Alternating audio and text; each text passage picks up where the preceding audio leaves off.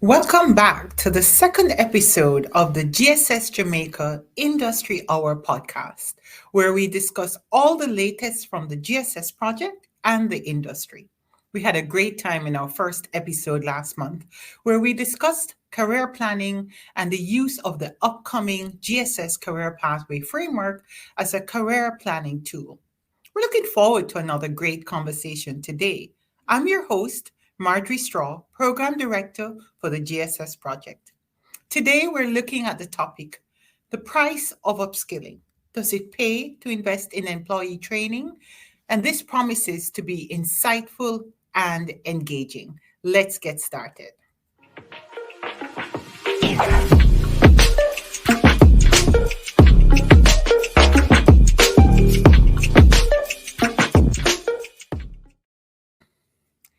Just before we get into our discussion, I want to introduce our special guests for today. Firstly, we have Ingrid Marshall, Associate Director of Organization Development at HGS Healthcare. Ingrid is an experienced learning and development professional with a demonstrated history of working in the outsourcing industry. She's skilled in program design, coaching, training needs analysis, training facilitation, and contact centers. Also joining us is Hannastia Mattis, Assistant Manager of Operations at HGS Healthcare. Hannastia was a participant in the 2021 GSS Apprenticeship Program, a 12-month curriculum focused on supervisory management. As a beneficiary of an employee training, Hannastia will share her own experience in the industry. Welcome to both of you. So glad to have you join us today. Thanks for having us, Marjorie. Thank you so much. Great. So just before I get into our discussion, let's talk a little bit about the global services sector. It's important to understand that the GSS, as we refer to it, is comprised of business process outsourcing, information technology outsourcing, and knowledge process outsourcing. And when we discuss the concept of upskilling, we're talking about the efforts made for our employees, our workers to acquire more advanced skills through additional education and training. And we know that there are quite a few benefits. We're going to expand the discussion to include Ingrid and Hannastia in a minute. But some of the benefits that come with upskilling employees in the industry are that the employees become more eligible for higher functioning roles. They become more marketable. Upskilling provides a pathway to new skills and career growth for employees within their companies and can boost engagement and retention, as well as employee morale and confidence. In fact, the World Economic Forum, WEF, recently released a report detailing the economic imperative of upskilling. It argues that now is an important time for companies to embark on what they're referring to as an upskilling revolution that allows employees worldwide to become immersed in the future of work, whatever that may entail. So let's start with you, Ingrid. Please give us an overview of your experience and current role in the global services sector. Okay, Marjorie, and I really appreciate this opportunity that you have given for us to, talk about development. I have experienced immense growth and development as I started out as a call center agent myself, and having a passion for people development, I pursued the opportunity to train employees, and I trained staff specifically for the call center operations space. Soon after, I became a manager, and I decided that I wanted to do more along the lines of leadership, and I pursued that opportunity as well to embark on skills and develop my skills in leadership development. So I went to study and I completed a master's in organization development and workforce education. And I'm now, leading the chart for equipping employees to become more skilled and in leadership, and building the skills, and also just looking ahead for what talent is needed and ensuring that the organization has those skills available. And that's my journey, really. So now I'm an associate director, but in charge of organization development. So my focus is on people, their growth, their experience, and how they add value to the organization. Thank you, Ingrid. And that's useful, and so important for today's discussion. You having started out at, let's say, an entry level position, know firsthand how important it is to be upskilled, and the importance of how one positions one's own self for upskilling, which is going to come out a bit later in our discussions. But let's talk about that in a general sense, Ingrid. The Mhm. importance, from your opinion, what do you think? Why is it so important to upskill for the GSS industry? And let me just ask you to expand further. Does HGS Healthcare have a skill strategy, and how does that filter down to the selection of its employees? Okay, thanks, Marjorie. So, for the importance of upskilling, as you mentioned, the research is there that shows that it's economically imperative now for us to upskill in based on where our industry is going.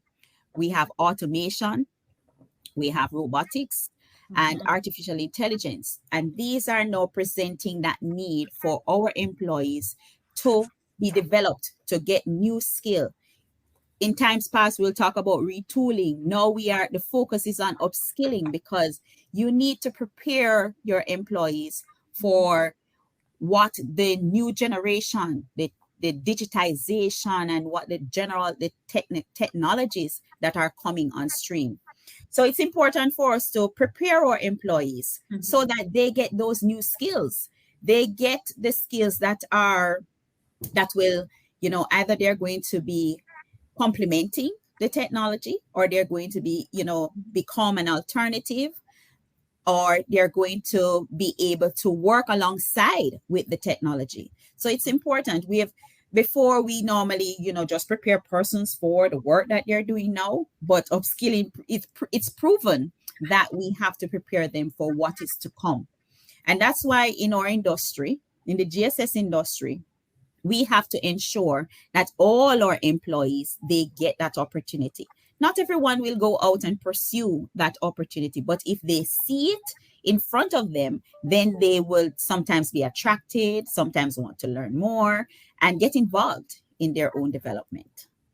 And for the organization, it's for us to ensure that our employees are developed, because at the same time, we are going to be benefiting. We are going to we are going to ensure and learn, have employees who can produce more, who will make us, more competitive, who will allow us to um, meet the or customers' demands and their needs, and ensure that everyone is satisfied and comfortable at work. So it's important for us to upskill. Right. Thank you, Ingrid. And it's a little funny to hear you say it, because when we talk about AI and artificial intelligence and robotics and so on, I know sometimes that there is this impression out there that robots are coming to take over the world, right? Perhaps we might all be guilty of watching too many sci-fi movies. But you made the point just now that it's about how to work along with the technology. I keep saying to persons, when you do the bot chats and so on, there's a human programming these different modes of AI, the chat box and the bot chats and so on. And I think that's important to recognize, because we sometimes, I think our employees or workers, persons who hear about the GSS and hear about the role of artificial intelligence coming in, that they do not readily realize that there's still a role for them to play, and to be upskilled accordingly so that they can understand the technology and influence the outputs of the technology. Right. That's that's correct, Marjorie. And I know you had asked about the skill strategy. Yes, we do have our skill strategy here at HGS Healthcare, and and that is the reason why we have been so involved in the GSS program, because we recognize the importance of it. We have also invested in providing our employees with online training so they can access information about the new technologies that are out there. They can learn, they can get certificates, and they can actually um, complete different activities. We try to provide them with the support. Let's say someone wants to try what they have learned. Once we have those opportunities available, we will encourage, we'll provide that support. And for us, we are looking at developing our employees from the front line all the way through to the senior executive role, because we have seen employees who have grown from the frontline level up to executive.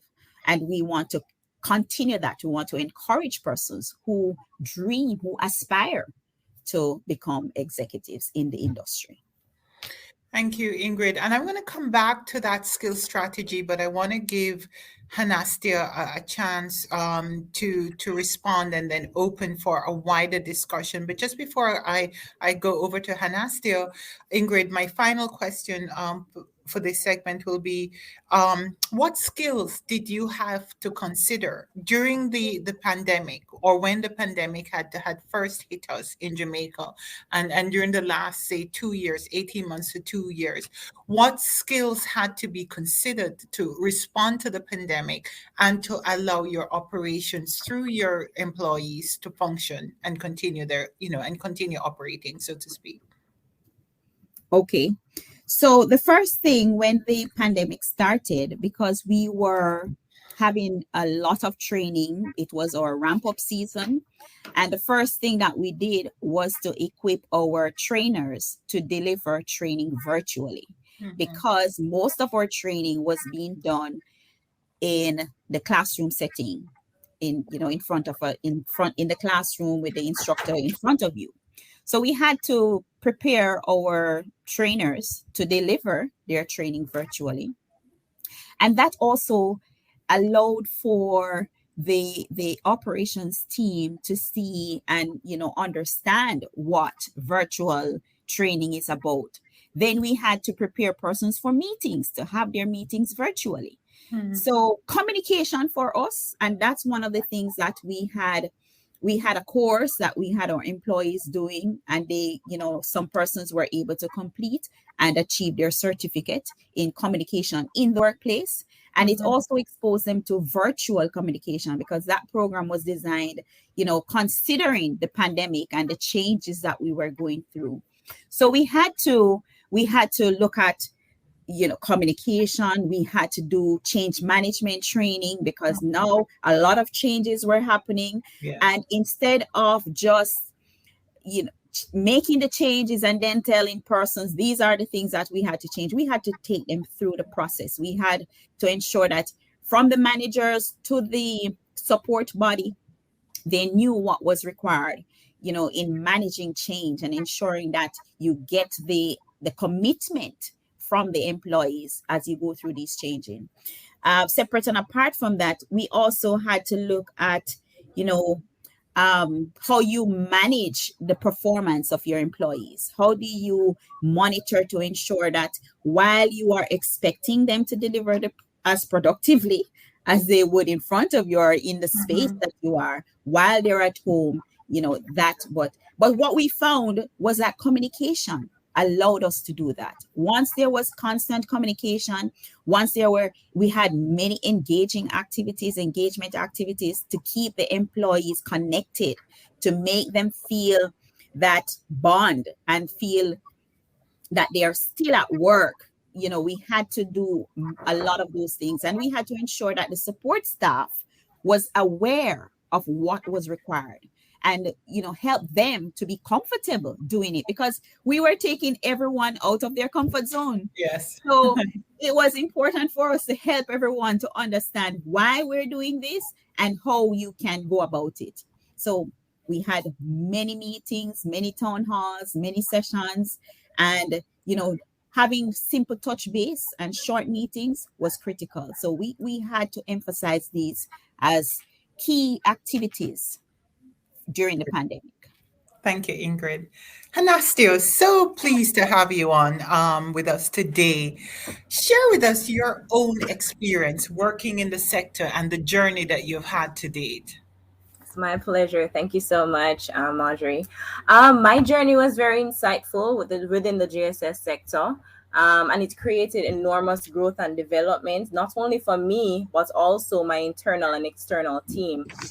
Because given that experience, given that learning or the additional knowledge that I've gained from the program allowed me to not only manage my team, as what Ingrid mentioned during the pandemic, but also to liaison with different departments and share my experience and share what I've learned throughout the sector.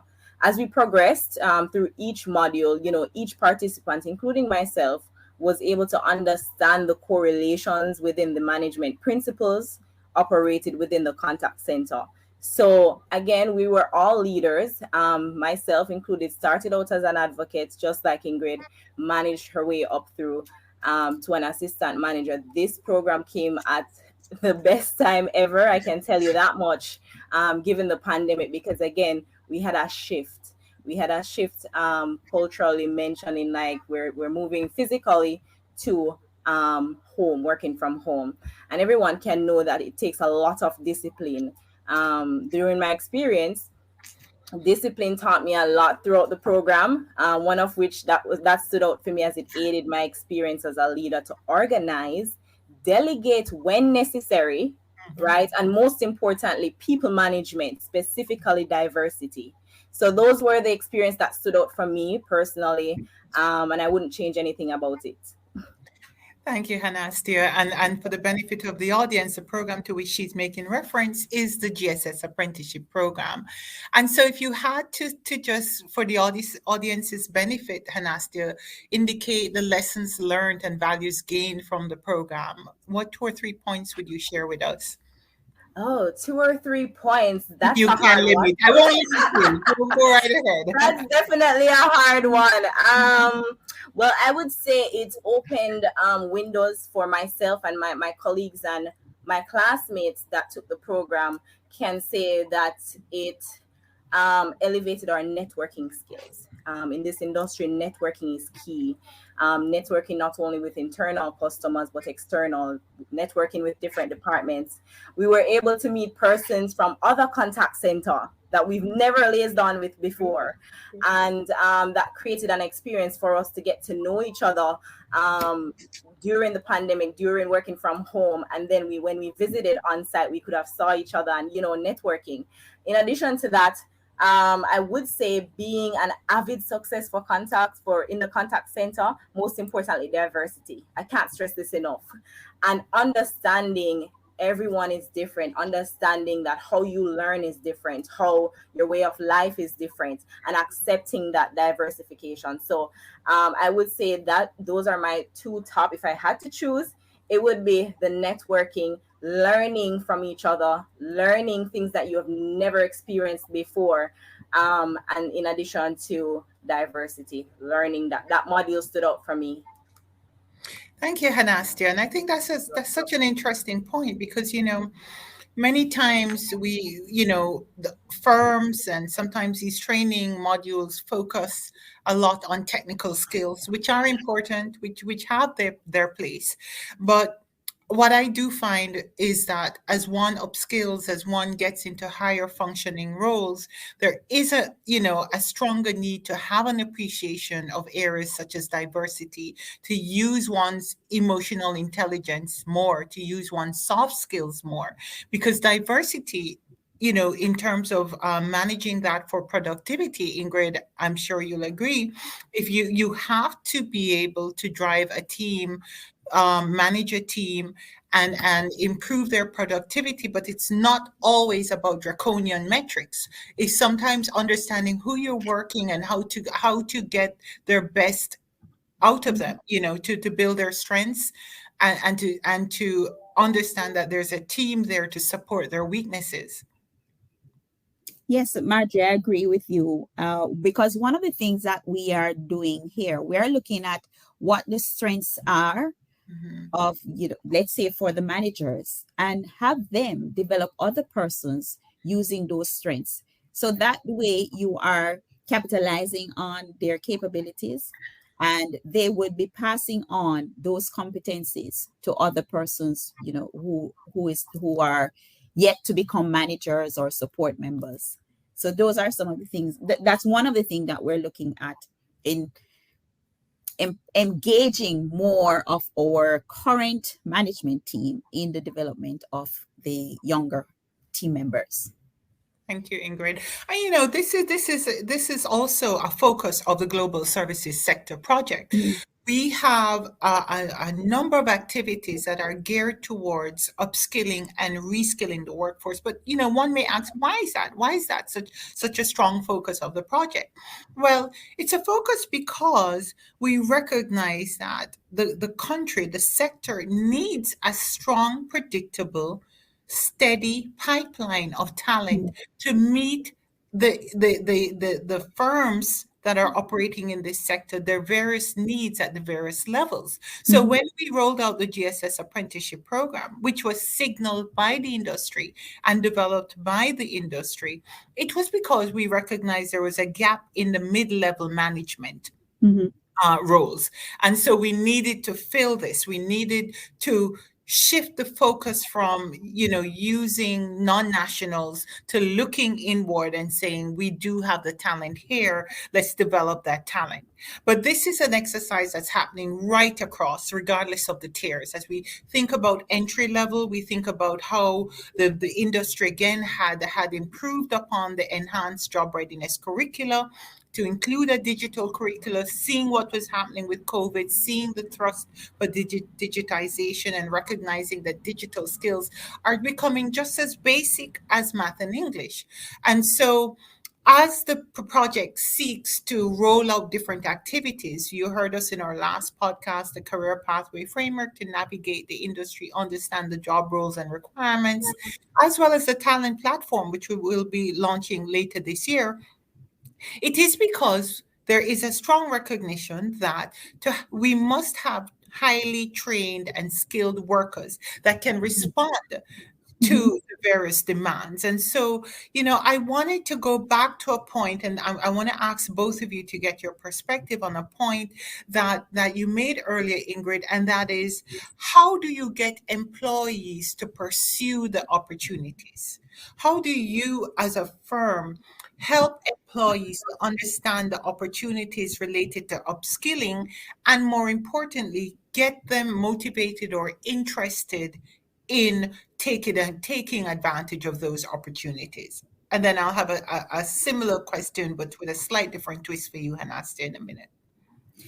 Okay, well, for us, Marjorie, because my connection and my team's connection is limited, we try to get the support teams who have the instant connection or the immediate connection with the employees, with the frontline employees, and we share the importance with them. We talk about the experiences. We showcase the success stories, because one of the good things is when you have success stories to talk about and you can show what has happened for other persons, and they can tell their stories, what they have experienced and the journey that they had to endure, then that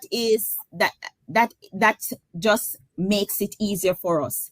So we ensure that from a management perspective, that the managers are aware, they buy into it, they support, they even tell us the stories, and we ask them to take that message out for us.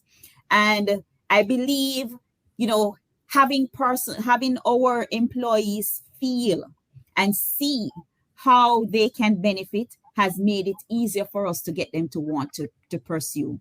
And a lot of these employees are now, we try to show them how they can use. So some of the platforms that we had, we showed them how they could use their phones, because you would see everyone with their phones in their hands.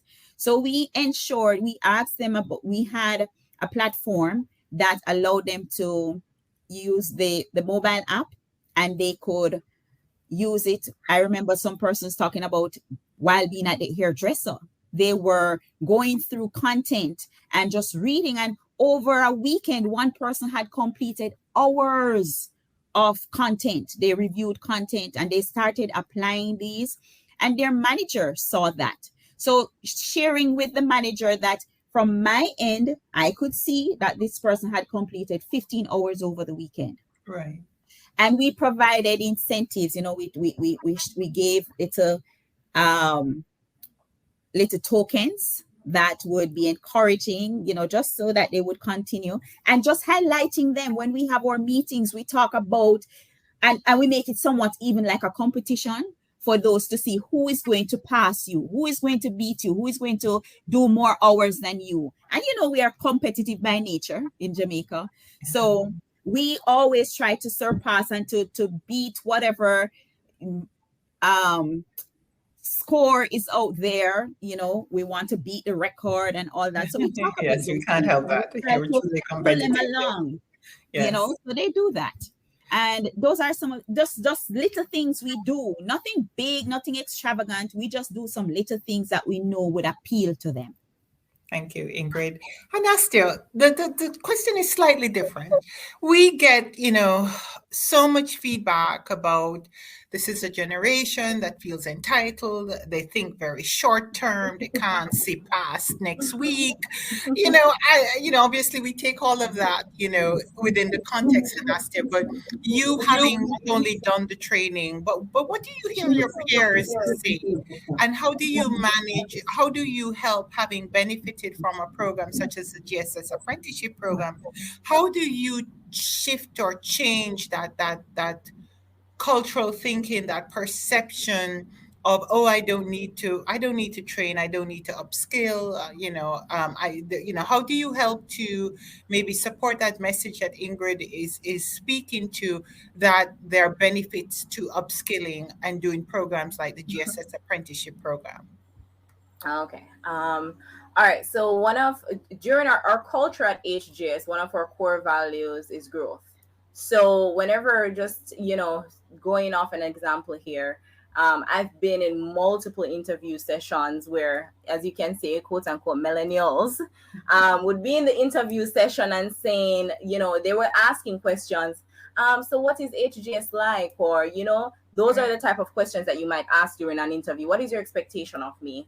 And oftentimes I would tell them, how did you learn about us? And they would say, I see a lot of things happening, growth, word of mouth, and you guys love to promote persons who are doing well. You guys recognize talent. And that is one for me that I love to work with and stuff like that. So when we speak of that at that first point of contact, we hire talent, but not just talent. We work with you if there's a will. So to answer your question, is that's our culture. So it was pretty easy to recommend the program, recommend growth, recommend training to my peers and external peers, because that is our HGS culture. Outside of my culture, outside of our environment, our HGS environment, to co-workers, to friends, word of mouth gets by pretty quick. And what I would often tell persons is that a theorist, if I can recall, don't remember his name at the moment, but he mentioned that education is expensive. The only thing more expensive is ignorance. So again, with that message, you can say within itself, if you don't know something, it's really no excuse not to know. And if you're being marketable within this environment, that would be a plus. So within our culture, how do I motivate, or how do I shift that dynamic? I don't need to get trained on anything.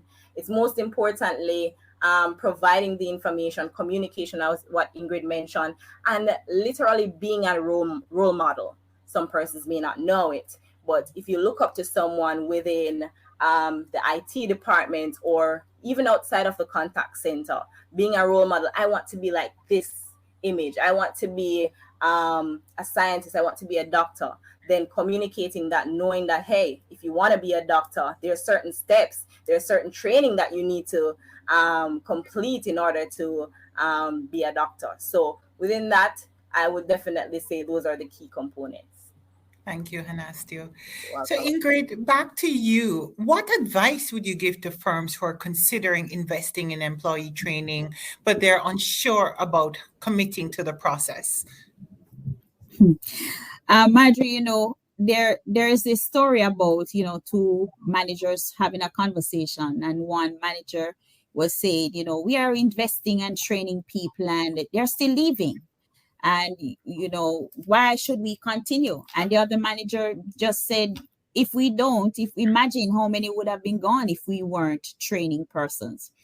And I say this because for our employees, they want to know that someone takes an interest in my growth.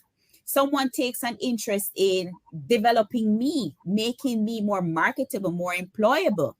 And when you think of the reasons why we train persons so that, as Hannastia mentioned, those who are on the outside looking in can be attracted to us as an organization. Those who are with us will remain with us. And we are developing persons with the new skills so that they can do new work. They can take on new tasks. And definitely you want to, keep your brand going. So I would say embark on employee development for your benefit of your organization and the benefit of your employees. Your employees will feel more achieved and accomplished. They would feel that you care about their development. And it's not only just giving them just the skills so that they can do the job that they are assigned, but helping them to go even further, helping them to take on new responsibilities. When you look at other industries, they are doing it. So why shouldn't we? In other industries, they are doing it. And we should do the same, because we have lost people from our industry. Those who have been with us, who have gone to pursue their studies and then leave to go elsewhere. But if they see that as a company, you have invested in their development, you will find that some will stay, some will be the voice for you. Some persons will go and, advocate on your behalf to say, yes, this is a company that, and I believe in the GSS industry because I've worked there, I've done well for myself, and it's rewarding. Thank you, Ingrid. Thank you. Very powerful comments there. Hannastia, what advice would you share with persons who may be considering participating in a training program, and what tips would you yourself give for succeeding, or to succeed rather, in a program like the GSS apprenticeship program? All right, that's a very good question. Thanks, Marjorie. I would say go for it. Exclamation sign. Go for it. Don't hesitate. Even if it costs 5,000 Jamaican dollars, we blow that up in a supermarket in less than 20 minutes, 5 minutes.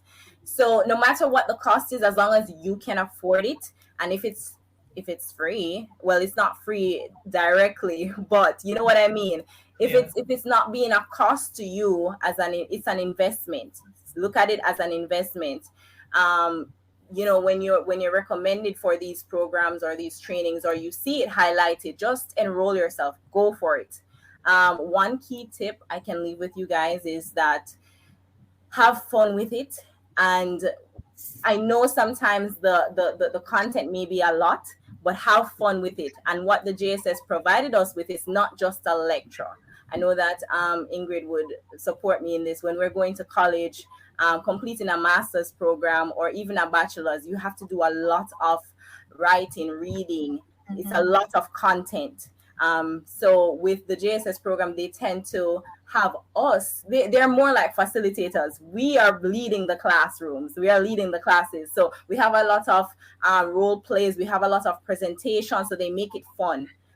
They make it be a discussion every single session. So person saying, oh, I can't manage another training, it's too much reading. No, that's not the culture that I'm accustomed to, and that's not the culture that the JSS has. The facilitators are amazing. Don't feel like it's just to just read. It's just to have fun and ensure that after the session, when you're completing each module or any session at all, you apply what you've learned. That is most important, because we can learn something in an hour, and then by next week or a month we probably forget. But also applying it says a lot, because I can tell you this much: if you're looking to go into this program, the examination is nothing paper. It's all discussion led. It's all, you have to read, you have to assess, you have to put yourself in your shoe, in the scenarios. It's a lot of scenario based questions. So that's what I loved about it. It's because you don't get what is production or what is ATR. No, you don't get that. You get a scenario, and then you have to expound on it. So if you're not practicing what you're learning, then it would become a heavy task for you during that exam period or assessment. But in all, have fun with it and go for it. Please sign up, and any training at all, whether outside of the JSS, sign up for it, because what do you have to lose? You can gain more from it than you have to lose. So that's my tip for you guys.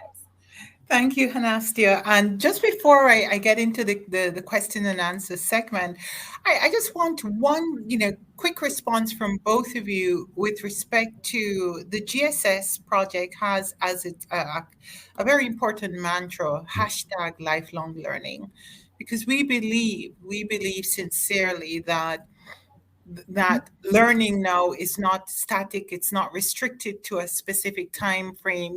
Gone are the days where you're an accountant and you're accountant for life. One has to constantly evolve.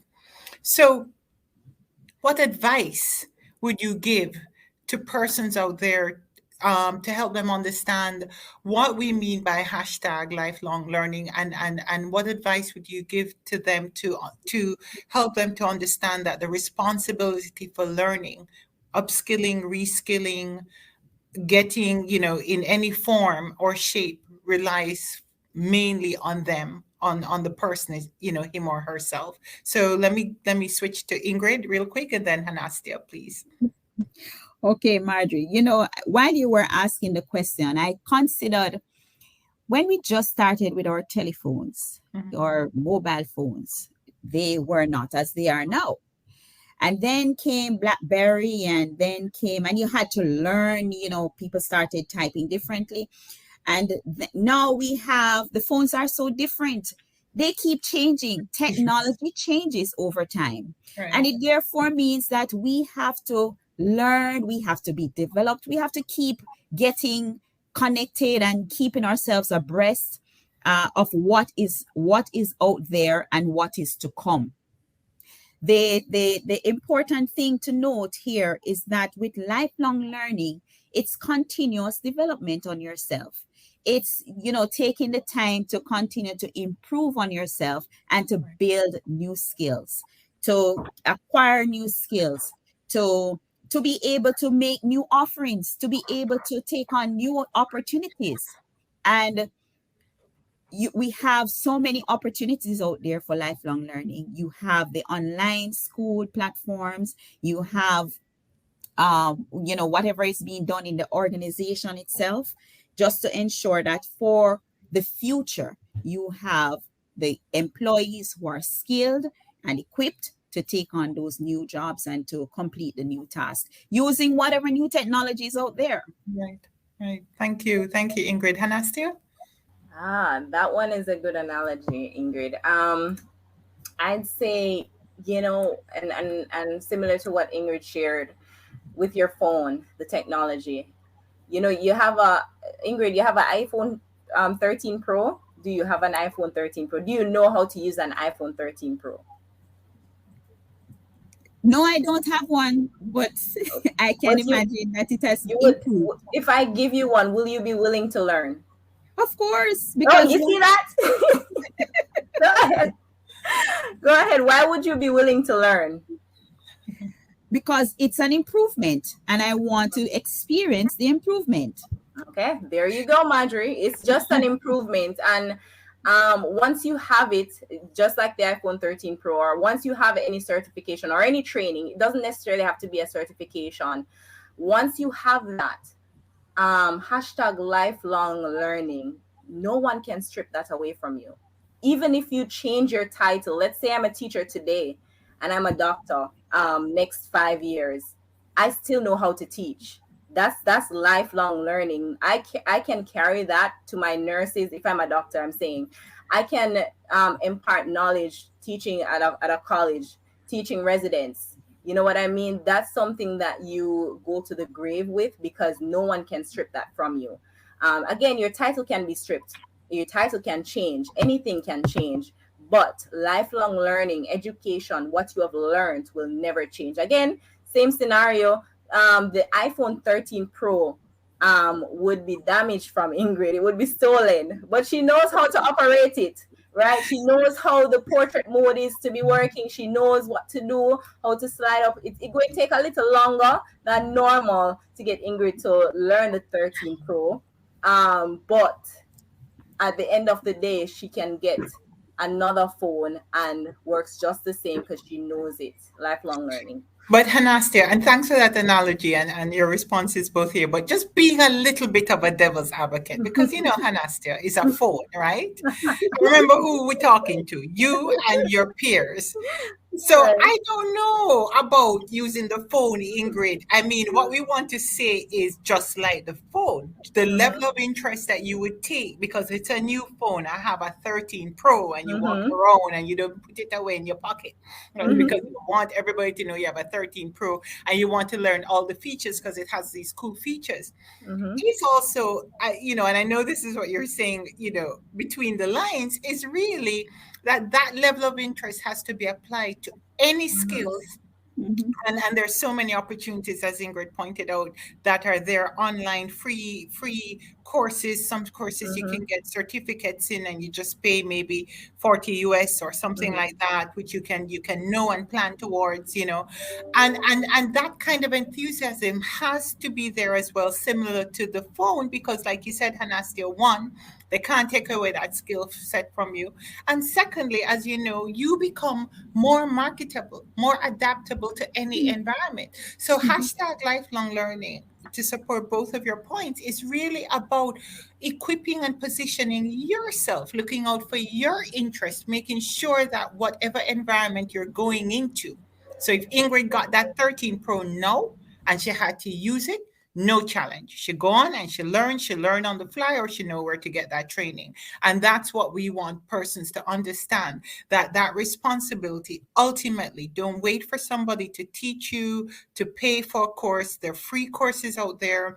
There are ways you can constantly improve your education in different ways and consequently your skill sets, thereby positioning you better, for that shortlisted interview or for that next opportunity.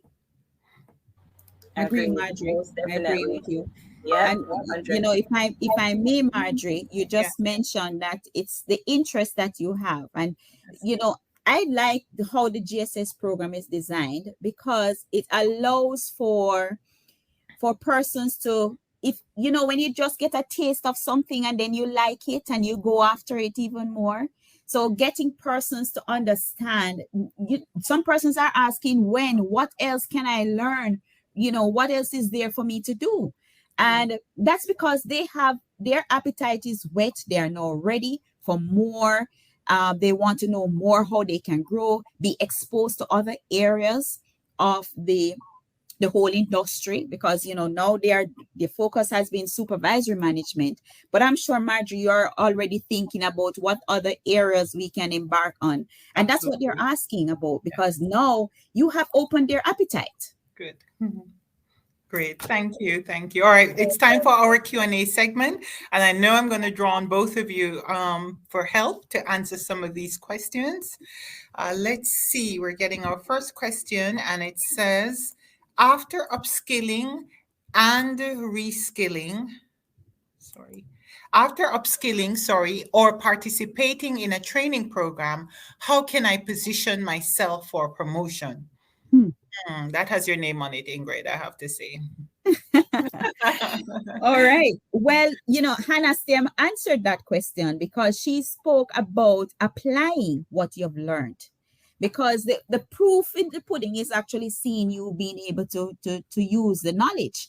So it's not about acquiring the knowledge and keeping it to yourself under your belt, or keeping it in on the paper wherever you took your notes, but it's applying those skills and engaging in conversation and putting yourself out there. Some persons, Marjorie, they hide in the shadow. They hide when they go to meetings or they're in any setting. They don't volunteer to do anything. They don't, try any opportunity that's there to use the skills that they have actually garnered.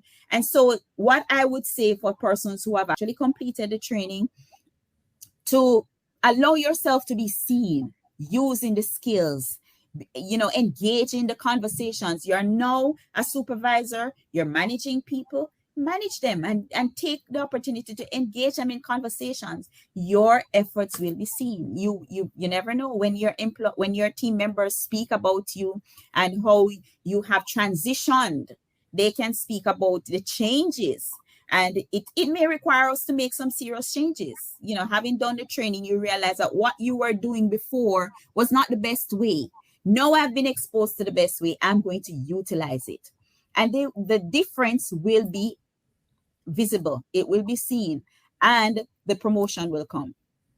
And thank you for saying that, Ingrid, because I think that's so important to remind our young persons. They can speak up. They can say, they can approach, the persons in the firms that manage training, that manage HR, to say, I have an interest in this position. What do you think I need to do? Where are my gaps? So many young persons struggle with this, idea. I'm not sure, Hannastia, if there's some kind of peer pressure in terms of speaking up. It reminds me of Sheryl Sandberg's book, Lean In. You have to sit at the table. You have to go and express your needs because you are looking out for your own growth. So, speaking up, making the effort, participating, volunteering, all creates visibility for oneself that allows someone to be considered or to be more top of mind in the management structure. Yeah, I agree, Marjorie. You know what stood out, and it resonated with me a few years back when someone asked me, "Hey, Hannastia, what did you do to get a position as a team leader? You just went from an advocate straight to a team leader." That's at that point in time, like that was what, 3-4 years ago. That was not the norm, because normally we would go through a step level of being an escalation agent, like a SME, subject matter expert, and then to a team leader. And I'm glad you mentioned volunteering. And as mentioned, we said, okay, when you don't get promoted from just doing your job or what you're contracted to do, you understand? Because if you're doing, as everyone is doing, there's 10 of you guys on the team and you're all doing the same thing, and you're getting paid to do your job or contracted to do your job, how do you get promoted? And that goes to the question to say you have to align yourself, volunteer, try to do something different. If it is that you find a gap, speak out. You have an idea for the team, speak out. You have an idea that you think will be great, speak out and volunteer, and go for the trainings that are offered and try to develop yourself. I would definitely agree with Ingrid and Marjorie's point. Thank you, Hannastia. Okay, let's see what other questions we have. What are the recommended courses, programs based on industry trends? So for the GSS project, we still see a leaning towards that middle management tier. We are getting ready to roll out a leadership and management training program as well. That would be one level above the supervisory management. And so we continue to support the industry in that regard. Ingrid, from your perspective, what are some of the types of training based on industry trends that you see coming into the pipeline, say the next 6 or 12 months? Well, for us, we are healthcare based, so we are Mhm. looking at the higher skills now, clinical, services. We are Mhm. looking for those opportunities because that it's big in the States, and Yes. they do offer that. And we are seeing where that will become a need. For we are going to be needing nurses, and we're going to be needing more IT Mhm. persons, those who are, whether they're going to be systems admin, or they're going to be able to do the desktop support. That kind of, those skills are needed. And as cybersecurity is going to be needed as well, because for us, we have to maintain confidentiality and integrity, and we need to ensure that this training is being offered. We have touched on leadership, which is the more behavioral competencies that we're looking at. But I think we need to also look at some of those technical skills that we need to provide, so that we can attract those persons, university students who have those skills, and provide them with those job opportunities in the industry. um Marjorie, you asked me something, but I really think that it's communication, and we stressed on it, but it's something that is very, very critical. And that's because a lot of persons, we complete English and we do that in CXC, but the practical aspect of it, that's Communicating, one of the yes. things that we definitely need to look at, how we can help persons with their speech more. Yes, yes. No, and we have some ideas on the project side that we'll be looking at when we roll out our talent platform. But Mhm. yes, I agree with you, Ingrid. We have to learn to communicate effectively. We say we speak English. We need to understand the role of English as an administrative language. I remember years ago being in Singapore. Singapore does not, English is not its native language, but it recognized the importance of doing business with the world and hence speaking English. Now Mhm. we have a situation in Jamaica where English is almost considered a second language. And so, we really have to work on that, and then communicating effectively with teams, as we spoke on earlier, because communication is not just speaking a language, it's hearing, it's active listening, it's understanding so many of the nuances that come with that. And that's something that I think we'll be looking at, seeing how we can support, Ingrid, because that's a skill that is so needed regardless of the level at which Mhm. one is operating. All right, let's see if we can get one or two more questions in. All right, it looks like we're running out of time. I'm getting that signal. So just to recap why upskilling is so important, we know that for the employees, it helps them to do their jobs better. It helps them to have a clear path for career growth and enhancement. It improves their confidence and morale, and it helps them to be more adaptable, in a ever-changing workforce. For the employers, it obviously increases employee retention and engagement. It builds a stronger, better equipped workforce. It embraces a culture of learning, which can only result in a positive culture, because where an Mhm. employee sees where he or she can grows, Growth. will likely stay. And obviously, too, because of reducing the attrition rate, that there's likely to be cost savings as well for the employer. So we are running out of time, folks. I mean, this has just been such a great, inspiring conversation. I want to just give my guests, Ingrid and Hannastia, just a quick seconds to give us any or share any final thoughts on our topic. Does it pay to invest? And to let us know your thoughts on it. So who would like to go first? Ingrid? All right. Sure. Investing in your employee development is just preparation. It's preparation for what is to come. And it's important that we recognize that it's critical. As I mentioned before, it's economically imperative for us to do so because times are changing. What you normally have employees staying with an organization for X number of years doing the same thing. No, people want to change, people want to grow, people want to develop new skills.